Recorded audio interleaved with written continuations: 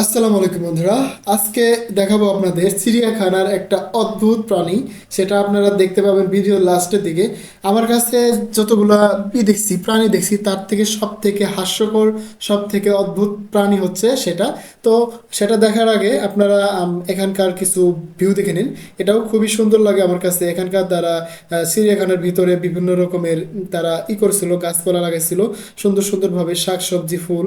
আর এটা হচ্ছে একটা ফুলের আকৃতি দেওয়া একটা কিন্তু এটা ভেঙে গেছে কখন। তো এই চিড়িয়াখানা নিয়ে একটা ইতিহাস বলতে হয়। অনেক দিন আগে আপনার জুলাইয়ের সময় এখানে নাকি হয়েছে, মানে এখানকার ছিল যারা যারা তারা নাকি এসব ভেঙে টেঙে নিয়ে নিছে।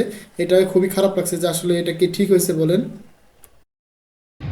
মরিচের দাম বেশি হলে আপনারা চলে আসবেন রাজশাহী চিড়িয়াখানাতে।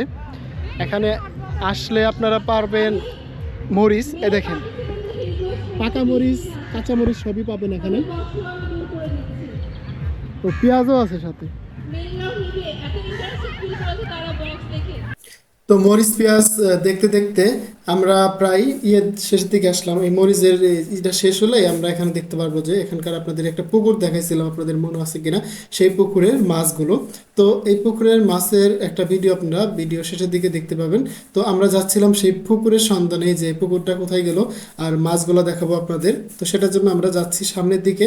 আর এখানকার ভিতরের যে দৃশ্যগুলো, এগুলো খুবই সুন্দর লাগতেছিল। আর সেগুলো একটু একটু করে ভিডিও করতেছিলাম। আর দেন আমরা সামনে চলে আসলাম পুকুরের সেই মাছের কথা যে আপনাদের বললাম, সেই মাছের কাছে। আপনারা যদি খেয়াল করে দেখেন যে এখানে অনেকগুলো মাছ। আমরা মাছকে কিছু বাদাম খাওয়াইছিলাম, দেন মুড়ি খাওয়াইছিলাম। ওই দেখেন মাছগুলো কত সুন্দর করে করতেছে।